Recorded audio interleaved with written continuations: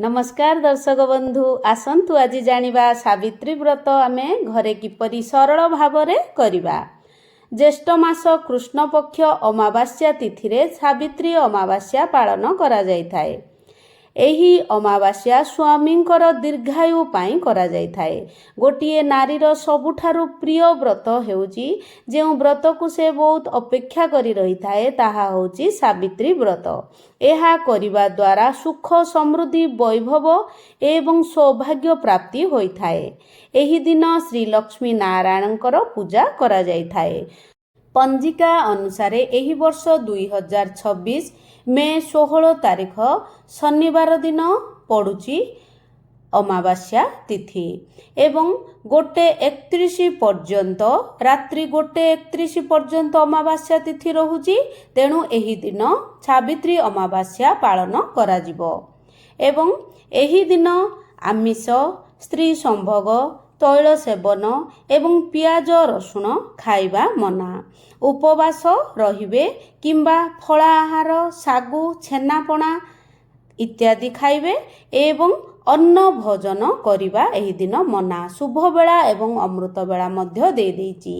एही दिन शील एवं शील पुआरे सावित्री एवं सत्यवान को छवि अंकन करी मध्य पूजा करा जायथाए एवं माँ पार्वती एवं महादेव को फोटो रखी मध्य पूजा करा जायथाए एवं बट वृक्ष को बरगछ को मध्य पूजा करा जायथाए।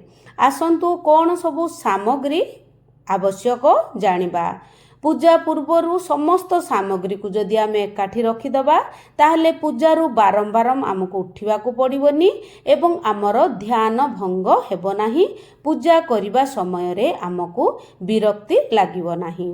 आसंतु प्रथमे आमे कौन सबु सामग्री आवश्यक देखिबा। प्रथमे आमे एक थाली रे गोटिए साड़ी बा आमर जहाँ आमे पिंधिबा सेही साड़ी को रखिदबा। शंखा सिंदूर एवं चूड़ी रखिदबा एवं गोटिए पैकेट रे आमर समस्त पूजा सामग्री आमर व्रत मध्य थाउची सेही व्रत को रखिदबा एवं समस्त फ्रूट्स जहाँ जहाँ नूतन फल एबे होइथाए सेही समस्त नूतन फल को रखिबा। ता सहित छड़ा मुग जेमिति हेले भी पूजा करा जाइथाए ताल इत्यादि नुआ फल पणस इत्यादि एवं आमर मुग सहित गुड़ मध्य रखी पूजा करा जाइथाए।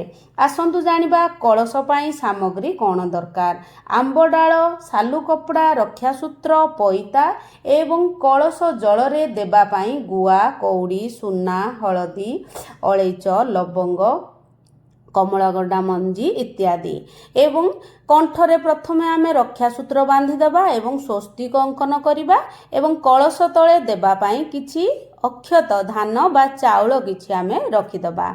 आमे नड़िया पैड किंबा गुआ नहीं पारिबा एवं गोटिए खटुली नहीं जिबा एवं खटुली रे पकेया पाई गोटिए वस्त्र नेबा एवं सेथिरे माँ एवं नारायण को पाई वस्त्र चुनरी अलंकार सामग्री व्रतावली दक्षिणा एवं किछि गुआ एवं संकल्प पात्र पंचामृत एवं आचमनी पात्र एवं चंदन सिंदूर अक्षत हलदी एवं दर्पण अत्तर एवं किछि कुश अगुर एवं गोलाप जल एही सबु माँ को स्नान पाई दरकार एवं आलती कर्पूर एवं घंटी समस्त सामग्री गोटे जगार रखिदबा एवं धूप दीप अखंड दीप एवं आलती कर्पूर एवं झुणा एही सबु सामग्री हेला परे आमे पुष्प रखिदबा। रजनीगंधा पुष्प पद्म पुष्प अत्यंत प्रिय हलदिया पुष्प मध्य अत्यंत प्रिय प्रभु लक्ष्मी नारायण को एवं पत्र भितरे पान पत्र बरकोली पत्र तुलसी पत्र दिया जाए नाही। दुर्लभा दुब इत्यादि आमे देई पारिबा एवं सबु प्रकार पुष्प देबा केवल लाल मंदार आमे देबा नाही एवं प्रथमे आमे पूजा रूम को गंगा जल रे सिंचन करिदबा तापरे निज उपरे गंगा जल सिंचन करी प्रथमे निजे पवित्र होई जिबा एवं आचमन जल 3 थर विष्णुवे नमः कही पान करिबा द्वारा आंतरिक शुद्धि होई थाए एवं ଯେଉଁ ଜାଗାରେ ଆମେ ଖଟୁଳି ରଖିବା ସେହି ଜାଗାକୁ ଗଙ୍ଗା ଜଳ ସିଞ୍ଚନ କରିବା, ଝୋଟି ଚିତା ଦେବା। ଖଟୁଳି ରଖିବା ପରେ ଏକ ବସ୍ତ୍ର ବିଛାଇ ଦେବା। ପ୍ରଥମେ ଆମେ ଦୀପ ପ୍ରଜ୍ୱଳନ କରିବା। ଦୀପ ହେଉଛନ୍ତି ଆମର ସାକ୍ଷୀ, ତେଣୁ ପ୍ରଥମେ ଦୀପ ଦେବାୟ ନମଃ କିମ୍ବା ଦୀପଂ ଜ୍ୟୋତି ପରମ ବ୍ରହ୍ମ ଏହି ମନ୍ତ୍ର ଗାଇ ଆମେ ଦୀପ ଦେବତାଙ୍କୁ ପୂଜା କରିବା। ତାପରେ ଆମେ କଳସ ସ୍ଥାପନ କରିବା। କଳସରେ ଆମେ ପ୍ରଥମେ ଗଙ୍ଗା ଜଳ ନେଇଯିବା ଏବଂ ସମସ୍ତ ସାମଗ୍ରୀକୁ ଆମେ ସେଠି ପକାଇବା। ଯାହା ଯାହା ଆମର ଅକ୍ଷତ କିଛି ଯଦି ନାହିଁ, ଆମେ କେବଳ ଗୁଆ, ହଳଦୀ, ଚାଉଳ ଏବଂ ଗୋଟିଏ କଏନ୍ ଏହି 4ଟି ସାମଗ୍ରୀ ପକାଇବା। ଯଦି କିଛି ବି ନାହିଁ, କେବଳ ଅକ୍ଷତ ଟିକେ, ହଳଦୀ ଟିକେ ଆମେ ପକାଇବା ଏବଂ ସୁଗନ୍ଧିତ ପାଇଁ ଆମେ ଲବଙ୍ଗ, ଅଳେଇଚ ଏବଂ ଶ୍ରୀକର୍ପୂର ଏବଂ ଅତର ଦେବା ଏବଂ କିଛି ଦୁବ ଏବଂ ପୁଷ୍ପ, ଚନ୍ଦନ ଅର୍ପଣ କରିବା ଏବଂ ଆମ୍ବ ଡାଳ ନେଇଯିବା। ଆମ୍ବ ଡାଳରେ ଚନ୍ଦନ, ହଳଦୀ, ସିନ୍ଦୁର ଲଗାଇଦେବା ଏବଂ ଗୋଟିଏ ପାତ୍ରରେ ଚାଉଳ ପୂର୍ଣ୍ଣ କରି ରଖିବା। ପୂର୍ଣ୍ଣ ପାତ୍ର ବୋଲି କୁହାଯାଇଥାଏ ଏବଂ ଆମେ ଗୁଆକୁ ସ୍ଥାପନ କରିବା। ଗୁଆଙ୍କୁ ପ୍ରଥମେ ହଳଦୀ ଜଳ, ଗଙ୍ଗା ଜଳ, କୁଶ ଜଳ, ପଞ୍ଚାମୃତରେ ଆମେ ସ୍ନାନ କରାଇଦେବା ଏବଂ ଭଲ ଭାବରେ ସଫା ବସ୍ତ୍ରରେ ପୋଛିଦେବା। ଗୁଆଙ୍କୁ ଆମେ ପଞ୍ଚ ଦେବତା ରୂପେ ପୂଜା କରିବା। ଚନ୍ଦନ, ସିନ୍ଦୁର, ଅକ୍ଷତ ଅର୍ପଣ କରିବା ଏବଂ ରକ୍ଷା ସୂତ୍ର ବସ୍ତ୍ର ସ୍ୱରୂପରେ ଅର୍ପଣ କରିବା। ଓಂ ଗଣେ ନାରାୟଣେ ରୁଦ୍ରେ ଅମ୍ବିକେ ଭାସ୍କରେ ପଞ୍ଚଦେବତାୟ ନମଃ। ଏହିଭଳି କଳସରେ ଆମେ ପଞ୍ଚଦେବତାଙ୍କୁ ଆବାହନ କରିବା ଏବଂ ବିରାଜମାନ କରାଇଦେବା ଏବଂ ପଇତା ଅର୍ପଣ କରିବା ଏବଂ ସବୁ ପ୍ରକାର ପୁଷ୍ପ, ଦୁବ, ବେଲପତ୍ର ଆମେ ଅର୍ପଣ କରିବା। ଓಂ ପଞ୍ଚଦେବତାୟ ପୁଷ୍ପାୟ ସମର୍ପୟାମି। ଓಂ ବଂ ବରୁଣ ଦେବତାୟ ନମଃ। ଓಂ ଗଂ ଗଣପତାୟ ନମଃ। ହେ ପ୍ରଭୁ, ଆସନ୍ତୁ ମୋ କଳସରେ ବିରାଜମାନ ହୁଅନ୍ତୁ, ସ୍ଥାପିତ ହୁଅନ୍ତୁ ଏବଂ ପୂଜା ପାଆନ୍ତୁ। ଏହିଭଳି ଆମେ ପୂଜା କରିବା ପରେ କିଛି ଅତର ଅର୍ପଣ କରିବା। ତାପରେ ପ୍ରଭୁଙ୍କୁ ପାଦ ଧୋଇଦେବା, କିଛି ଜଳ ଅର୍ପଣ କରିବା ଏବଂ ପୁଷ୍ପ ଅର୍ପଣ କରି ପାଦ ଧୋଇବା ପରେ ଧୂପଂ ସମର୍ପୟାମି, ଦୀପଂ ସମର୍ପୟାମି। ହେ ପଞ୍ଚଦେବତାୟ ନମଃ। ଅଖଣ୍ଡ ଦୀପ ପ୍ରଜ୍ୱଳନ କରିବା ଅତ୍ୟନ୍ତ ଶୁଭ ହୋଇଥାଏ। ନିଜ ସୁବିଧା ଅନୁଯାୟୀ ଆମେ ସକାଳୁ ସନ୍ଧ୍ୟା ପର୍ଯ୍ୟନ୍ତ କିମ୍ବା ପୁରା ରାତ୍ରି ସାରା ଆମେ ପ୍ରଜ୍ୱଳନ କରିପାରିବା ଏବଂ ଆମେ ସଂକଳ୍ପ ନେବା। ଅଗ୍ନି ଦେବତା କଳସଙ୍କ ଉପସ୍ଥିତିରେ ଆମେ ସଂକଳ୍ପ ନେବା। ଗୁଆ, କଏନ୍, କିଛି ପୁଷ୍ପ ଏବଂ ଅକ୍ଷତ ଧରିବା। ବିନା ସଂକଳ୍ପରେ କୌଣସି ପୂଜା ପୂର୍ଣ୍ଣ ହୋଇନଥାଏ, ପୂଜା ଅଧୁରା ରହିଥାଏ। ସେ ପୂଜା ଛୋଟ ପୂଜା ହେଉ କିମ୍ବା ବଡ଼ ପୂଜା। ନିଜର ନାମ, ଗୋତ୍ର, ତିଥି କହିବା। ବିଷ୍ଣୁବେ ନମ 3 ଥର କହିବା। ପ୍ରଭୁ, ମୁଁ ଆପଣଙ୍କ ପୂଜା କରିବା ପାଇଁ ଯାଉଛି, ମୋତେ ଆଶୀର୍ବାଦ କରନ୍ତୁ ଏବଂ ମୋର ପୂଜା ସଂକଳ୍ପ ମୁଁ କରୁଛି, ମୋ ପୂଜାକୁ ସ୍ୱୀକାର କରନ୍ତୁ। ଏହିଭଳି କହି ଆମେ ଗୁଆକୁ କଳସଙ୍କ ପାଖରେ ରଖିଦେବା ଏବଂ ନମସ୍କାର କରିବା।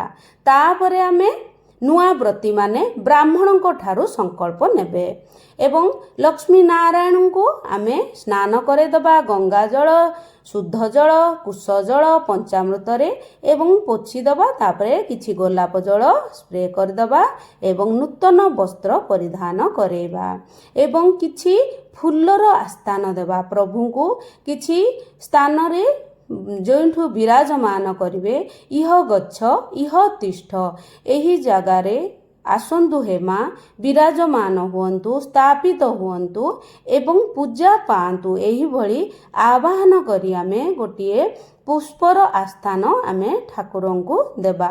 ଓಂ ଲକ୍ଷ୍ମୀ ନାରାୟଣାୟ ନମଃ। ଜୟ ମା ଲକ୍ଷ୍ମୀ, ଜୟ ମା ଲକ୍ଷ୍ମୀ। ଓಂ ନମ ଭଗବତେ ବାସୁଦେବାୟ ନମଃ। ମନ୍ତ୍ର ଯେମିତି ହେଲେ ବି ଗାଇବା, ବିନା ମନ୍ତ୍ରରେ ପୂଜା ସ୍ୱୀକାର ହୋଇନଥାଏ, ତେଣୁ ନୀରବ ହୋଇ ଆମେ ପୂଜା କରିବା ନାହିଁ। ତାପରେ ଆମେ ଚନ୍ଦନ, ସିନ୍ଦୁର, ଅକ୍ଷତ ଅର୍ପଣ କରିବା। ଓಂ ସିନ୍ଦୁରାୟ ସମର୍ପୟାମି, ଚନ୍ଦନାୟ ସମର୍ପୟାମି, ଅକ୍ଷତାୟ ସମର୍ପୟାମି। ଏହିଭଳି ସମର୍ପୟାମି କହି କହି ସମର୍ପଣ କରୁଛି ହେ ମା, ନିଜ ଭାଷାରେ କହିବା। ମା ପ୍ରଭୁ ମୁଁ ଏହି ଚନ୍ଦନ ଅର୍ପଣ କରୁଛି ସ୍ୱୀକାର କରନ୍ତୁ। ଏହିଭଳି ମନ୍ତ୍ର କହି କହି ଆମେ ପୂଜା କରିବା ଏବଂ ଓಂ ନମୋ ନାରାୟଣ ଏହିଭଳି କହି କହି ପ୍ରଭୁଙ୍କୁ ଆମେ ସବୁ ପ୍ରକାର ପୁଷ୍ପ ଅର୍ପଣ କରିବା।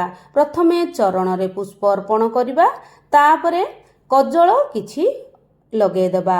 ଦେବାଦେବୀଙ୍କୁ ଶୃଙ୍ଗାର ଅତ୍ୟନ୍ତ ପ୍ରିୟ, ତେଣୁ ଶୃଙ୍ଗାର ଆମେ ଭଲ ଭାବରେ କରିବା ଏବଂ କଜଳ ଲଗେଇବା ପରେ ଆମେ କିଛି ପତ୍ର ମଧ୍ୟ ଦେବା, ଯାହା ଦୁବ ହେଉ ଦୁର୍ଲଭା ହେଉ। ଅଁଳା ବୃକ୍ଷରେ ପ୍ରଭୁ ଲକ୍ଷ୍ମୀ ନାରାୟଣ ବାସ କରନ୍ତି, ତେଣୁ ଅଁଳା ପତ୍ର ମଧ୍ୟ ଆମେ ଦେଇପାରିବା ଏବଂ ଅତର ଅର୍ପଣ କରିବା। ବାସ୍ନା ନିମନ୍ତେ ଓಂ ଅତରାୟ ସମର୍ପୟାମି। ତାପରେ ଆମେ ଶଙ୍ଖା ସିନ୍ଦୁର ଏବଂ ବିଭିନ୍ନ କସ୍ମେଟିକ୍ ସାମାନ ମଧ୍ୟ ଦେଇପାରିବା ଏବଂ ଶେଷରେ ଆମେ ଦର୍ପଣ ଦେଖିବା। ପ୍ରଭୁ ମୁଁ ଆପଣଙ୍କ ଶୃଙ୍ଗାର କେମିତି କରିଛି ଦେଖନ୍ତୁ। ଶୃଙ୍ଗାର ସରିବା ପରେ ଆମେ ଧୂପ ଦୀପ ଅର୍ପଣ କରିବା। ଧୂପଂ ସମର୍ପୟାମି ଦୀପଂ ସମର୍ପୟାମି। ତାପରେ ଆମେ କିଛି ସ୍ତୁତି ପଠନ କରିବା। ଆମେ ସାବିତ୍ରୀ ବ୍ରତ କଥା ପଠନ କରିପାରିବା କିମ୍ବା ଶୁଣିପାରିବା। ତାପରେ ଆମେ ଭଗବାନଙ୍କୁ ଭୋଗ ଅର୍ପଣ କରିବା। ପ୍ରଥମେ କଳସଙ୍କୁ ଭୋଗ ଅର୍ପଣ କରାଯାଇଥାଏ। ତୁମେବ ବସ୍ତୁ ଗୋବିନ୍ଦମ ତୁମେବ ସମର୍ପିତା। ଆସ ହେ ପ୍ରଭୁ ମୋ ଭୋଗକୁ ସ୍ୱୀକାର କରନ୍ତୁ ଏବଂ ଚଣ୍ଡ ଭୋଗ କିଛି ବାହାର କରିଦେବା ଏବଂ ଏହି ଦିନ ବିଭିନ୍ନ ପ୍ରକାର ସ୍ତୁତି ଆମେ ପଠନ କରିପାରିବା ଯଦି ସମୟ ହେଉଛି। ଯଦି ସମୟ ହେଉନି ଆମେ ମୋବାଇଲରେ ସମସ୍ତ ସ୍ତୁତି ଶୁଣିଲେ ମଧ୍ୟ ଆମକୁ ସେହି ଫଳ ମିଳିଥାଏ। ଏହି ଦିନ ସବୁ ପ୍ରକାର ଫଳ ଯାହା ଆମେ ଭୋଗ ମାଙ୍କୁ ଅର୍ପଣ କରୁଛେ ସେହି ଫଳ ଭୋଗ ଆମେ ଖାଇବା। ତୁମେବ ବସ୍ତୁ ଗୋବିନ୍ଦମ ତୁମେବ ସମର୍ପିତା। ହେ ମା ଏ ମୋ ଭୋଗକୁ ଅମୃତ ରୂପେ ସ୍ୱୀକାର କରନ୍ତୁ। ତମ ଭୋଗକୁ ହିଁ ତମକୁ ଦଉଛି। ହେ ମା ମୋର ଏହି ଭୋଗକୁ ସ୍ୱୀକାର କରନ୍ତୁ। ପ୍ରଭୁଙ୍କୁ ଆବାହନ କରିବା, ଆସ ହେ ପ୍ରଭୁ ମୋ ଭୋଗକୁ ସ୍ୱୀକାର କରନ୍ତୁ। ଭୋଗକୁ ଆମେ ସେମିତି କେବେ ରଖିଦେବାନି। ଆବାହନ କଲେ ହିଁ ପ୍ରଭୁ ଆସିଥାନ୍ତି ଏବଂ ଆମ ଭୋଗକୁ ସ୍ୱୀକାର କରିଥାନ୍ତି ଏବଂ ଚଣ୍ଡ ଭୋଗ ଦେବା ପରେ ଆଚମନ ଜଳ ଯେମିତି ହେଲେ ବି ଦେବା। ତୁଳସୀ ଦିଆଯାଏନି ଏବଂ ପ୍ରଭୁ ନାରାୟଣ ମିଶିକି ଥିଲେ ବେଲପତ୍ର ବି ଦିଆଯାଏନି ଏବଂ କ୍ଷୀର ମଧ୍ୟ ଆମେ ଅର୍ପଣ କରିବା କିଛି କେଶର ମିଶେଇକି। ତାପରେ ଆମେ ଝୁଣା ଅର୍ପଣ କରିବା। ଝୁଣାରେ ଆମେ ଗୁଗୁଳ ଘିଅ ଲବଙ୍ଗ ଅଳେଇଚ ଗୁଡ଼ ଇତ୍ୟାଦି ପକାଇବା ଦ୍ୱାରା ମା ଲକ୍ଷ୍ମୀ ଅତ୍ୟନ୍ତ ପ୍ରସନ୍ନ ହୋଇଥାନ୍ତି। ତେଣୁ ଝୁଣା ଆମେ ଯେମିତି ହେଲେ ବି ଦେବା। ଓಂ ନମୋ ନାରାୟଣ ଏହିଭଳି କହି କହି ଆମେ ଝୁଣାରେ ଆଳତି କରିବା ଏବଂ ଧୂପ ଦୀପ ଅର୍ପଣ କରିବା। ତାପରେ କର୍ପୂରର ଆଳତି କରିବା। କର୍ପୂରରେ ଆଳତି କରିବା ସମୟରେ ଓಂ ଜୟ ଜଗଦୀଶ ହରେ କିମ୍ବା ଓಂ ଜୟ ଲକ୍ଷ୍ମୀ ମାତା କିମ୍ବା କର୍ପୂର ଗୌରମ କରୁଣାବତାରମ ଯଦି ଏତିକି ବି ଆସୁନି ଜୟ ମା ଲକ୍ଷ୍ମୀ ନାରାୟଣାୟ ନମଃ କହି କହି 3 ଥର କିମ୍ବା 7 ଥର ଆମେ ଆଳତି ବୁଲେଇବା। ହେ ମା ମୋ ଆଳତିକୁ ସ୍ୱୀକାର କରନ୍ତୁ ଏହିଭଳି କହିବା ଏବଂ ପାଣି ବୁଲେଇ ଦେବା। ମାଙ୍କୁ ଶୀତଳକରଣ କରିବା, ଥଣ୍ଡା ଲାଗୁ ବୋଲି ଅର୍ପଣ କରିବା ପୁଷ୍ପରେ ଆଳତି ଏବଂ ନିଜେ ଆଳତି ନେବା ଏବଂ ଶଙ୍ଖା ସିନ୍ଦୁର ବଜ୍ର ରହୁ ବୋଲି ଆମ ଶଙ୍ଖା ସିନ୍ଦୁରରେ ମଧ୍ୟ ଆଳତି ଯେମିତି ହେଲେ ବି ଦେବା ଏବଂ ମାଙ୍କୁ ପୋଛି ଦେବା ଏବଂ ବିଞ୍ଚି ଦେବା। ଶେଷରେ ମୁଣ୍ଡିଆ ମାରିବା ଏବଂ କ୍ଷମା ପ୍ରାର୍ଥନା କରିବା ଯେ ମା ମୋ ପୂଜାରେ ଭୁଲ ଥିଲେ ମୋତେ କ୍ଷମା କରନ୍ତୁ, ମୋ ପୂଜାର ଫଳ ମୋତେ ପ୍ରଦାନ କରନ୍ତୁ। ଏହିଭଳି ପୂଜା କରି ସମାପ୍ତ ହେବା ପରେ ଆମେ ସ୍ୱାମୀଙ୍କୁ ମୁଣ୍ଡିଆ ମାରି ସ୍ୱାମୀଙ୍କ ଠାରୁ ଆଶୀର୍ବାଦ ନେବା। ସ୍ୱାମୀଙ୍କର ପାଦ ଧୋଇଦେବା। ଧୂପ ଦୀପ ଫୁଲ ଏବଂ ଚନ୍ଦନ ଦେଇ ଆମେ ବନ୍ଦାପନା କିଛି କରିବା ଏବଂ ସ୍ୱାମୀଙ୍କୁ କହିବା ଆମକୁ ଶଙ୍ଖା ସିନ୍ଦୁର ଲଗେଇଦେବେ ଏବଂ ଆମକୁ କିଛି ଖୁଆଇଦେବେ ଏବଂ ସ୍ୱାମୀଙ୍କୁ ଆମେ ମୁଣ୍ଡିଆ ମାରିବା ପରେ ମନରେ ଚିନ୍ତା କରିବା ଯାହାବି ମୋର ଯଦି କୌଣସି ଭୁଲ ହୋଇଥାଏ ଏତିକି ଦିନ ମୋତେ କ୍ଷମା କରିଦେବେ ଏବଂ ଆମଠୁ ବୟସ୍କ ଗୁରୁଜନମାନଙ୍କୁ ଏହି ଦିନ ମୁଣ୍ଡିଆ କରାଯାଇଥାଏ ଏବଂ ମା ଏବଂ ଭଉଣୀଙ୍କୁ ଅଳତା ସିନ୍ଦୁର ଲଗାଯାଇଥାଏ ଏବଂ ପରସ୍ପରଙ୍କୁ ମଥାରେ ଏବଂ ଚୁଡ଼ିରେ ସିନ୍ଦୁର ଲଗାଯାଇଥାଏ। ଏହାଦ୍ୱାରା କୁହାଯାଏ ଶଙ୍ଖା ସିନ୍ଦୁର ବଜ୍ର ରହୁ, ମାନେ ସ୍ୱାମୀଙ୍କ ଆୟୁଷ ବଢ଼ୁ। ଏହି ଭାବନା ନେଇ ଆମେ କରିବା ଏବଂ ଏହି ପୂଜା ସନ୍ଧ୍ୟାରେ ମଧ୍ୟ ଆମେ ଧୂପ ଦୀପ ଅର୍ପଣ କରିବା ଏବଂ ଠାକୁରଙ୍କୁ ଯଦି ଚାହିଁବା ସନ୍ଧ୍ୟାରେ ଆମେ ଘୁଞ୍ଚେଇ ପାରିବା କିମ୍ବା ତା ପରଦିନ ଆମେ ସକାଳେ ଠାକୁରଙ୍କୁ ଘୁଞ୍ଚେଇବା ଏବଂ ପାରଣା କରାଯାଇଥାଏ। ତା ପରଦିନ ବ୍ରତ ଖୋଲା ଯାଇଥାଏ।